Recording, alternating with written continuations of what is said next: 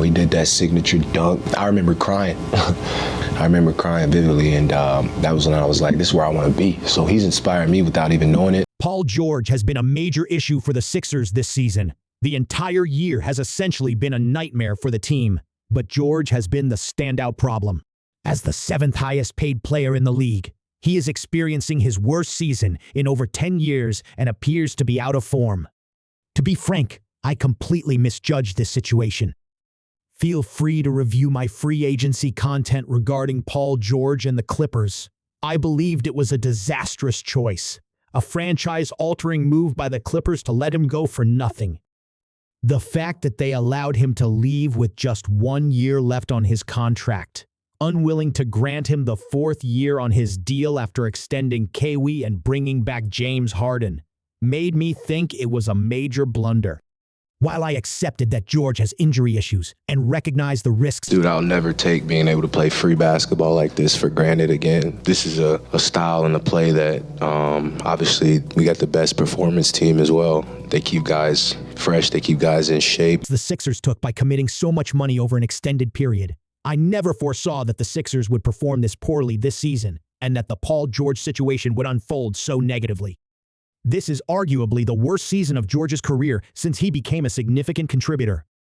Analyzing his career stats, aside from the year he was injured, his only lesser seasons were his rookie years. At 34 years old, improvement is unlikely anytime soon. The year has indeed seen Embiid grapple with his share of injury problems over the years, but there have been past teams that felt similarly yet still posed a genuine threat during the postseason, a group that you knew would be a challenge once they regained their health. This Sixers team does not convey that same vibe, and they are swiftly nearing the conclusion of the Embiid era in Philadelphia, with Paul George playing a pivotal role in that scenario. With the acquisition of George, it became evident that he integrated seamlessly alongside Tyrese Maxey and Joel Embiid.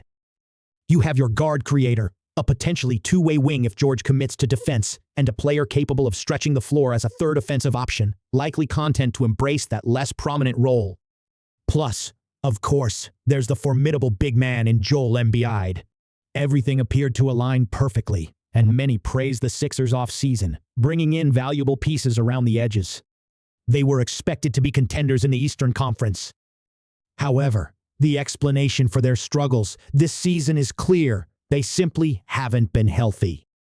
Injuries have plagued them significantly, but the Paul George situation raises genuine concerns, not only for this season, but also for the future. While the Sixers have had teams in the past that seemed somewhat threatening in the playoffs, this current squad might not even qualify for the postseason, performing worse than teams like Chicago and failing to secure a spot in the play-in tournament. As of when this video was recorded, we want to discuss a disastrous season, which defines the Sixers' current struggles. However, there remains a chance they could surge in the latter half of the year as players recover. It's not only George and Embiid who have faced injuries. Maxey has also missed games. There may come a time later in the season when George finds his groove with this lineup, especially if everything aligns and Embiid regains his health, allowing us to witness the full potential of the Sixers team under Nick Nurse's guidance. Yet, regardless of whether this happens, the Sixers face crucial decisions regarding their future, focusing largely on Paul George.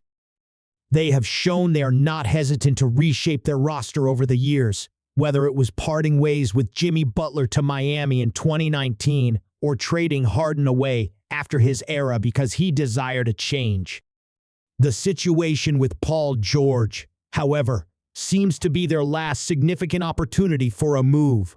He has 2 years left on his contract, plus a player option he is likely to accept, which means we have a 35-year-old Paul George enduring one of his least productive seasons, under contract for 3 more years and currently the 7th highest paid player in the league, not like Jimmy Butler in his prime, moving to Miami, or James Harden post-prime, who's a free agent seeking another contract that you might be able to extract some value from as a liability, which is what Paul George represents currently.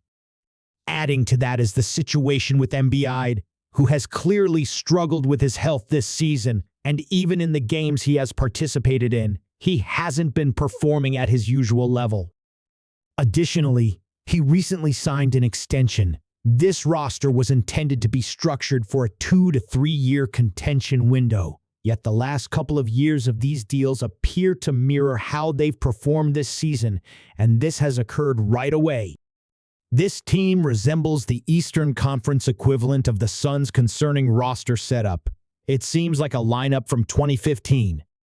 You have 3 stars forming the Big Three, surrounded by a collection of minimum contract players, some rookies, and smaller contract guys, and that approach is outdated. It certainly falters when your core players are unhealthy, unreliable, and unavailable. In contrast, regarding the Suns' comparison, the Sixers possess more draft capital than the Suns moving forward. Along with young talents, Max will keep improving, and Jared McCain was impressive before his injury this season. I'm sure Sixers fans have been eager for me to note Jared McCain's name, and that's great for your future. However, it doesn't resolve the George and Embiid dilemma, because if those players aren't healthy, and if Philadelphia finishes the season as the 10 seed, and they fail in the playoffs, which means you never really get to see how Embiid and George perform together since they are rarely healthy, or, in George's case, performing well. What's the reasoning behind using your resources, including Jared McMahon and Tyrese Maxey, and utilizing your available first-round picks if you're Daryl Morey? What's the rationale for enhancing this team when it's clear your stars won't be healthy, except perhaps to save his job? This was not the season the Sixers expected this situation to arise. It feels like an issue for 2028, not 2025.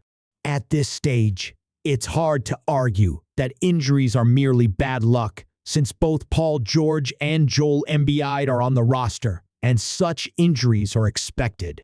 There was an assumption that they would perform better than they have, thinking that perhaps Maxey could carry the load, expecting only one of Embiid or George to be sidelined at a time. However, there have been numerous instances this season where both have been injured, and Maxey has also faced significant time off, while the other role players have, in many opinions, underperformed, and coach Nick Nurse has also fallen short of expectations. It's all culminating in a scenario where there's a genuine chance we reach the offseason and the Sixers are looking to trade Paul George for whatever they can salvage from the contract, no matter the circumstances, and reset everything again, attempting to find another strategy to build around Embiid and perhaps Embiid and Maxey. Clearly, there's a tragic possibility here for the Sixers, or perhaps a scenario some Sixers supporters are wishing for where they are actively attempting to deal Joel Embiid and essentially dismantling the entire team to enter a rebuild. While that might be a fitting conclusion, it would be a disheartening one since this was meant to, at some stage, be a finals contending team. I genuinely believe that the NBA era should have reached the finals by now. In 2019, Kawhi hit the buzzer beater, and they fell short, and in 2023, they led 3-2 against the series. Only series to the seas.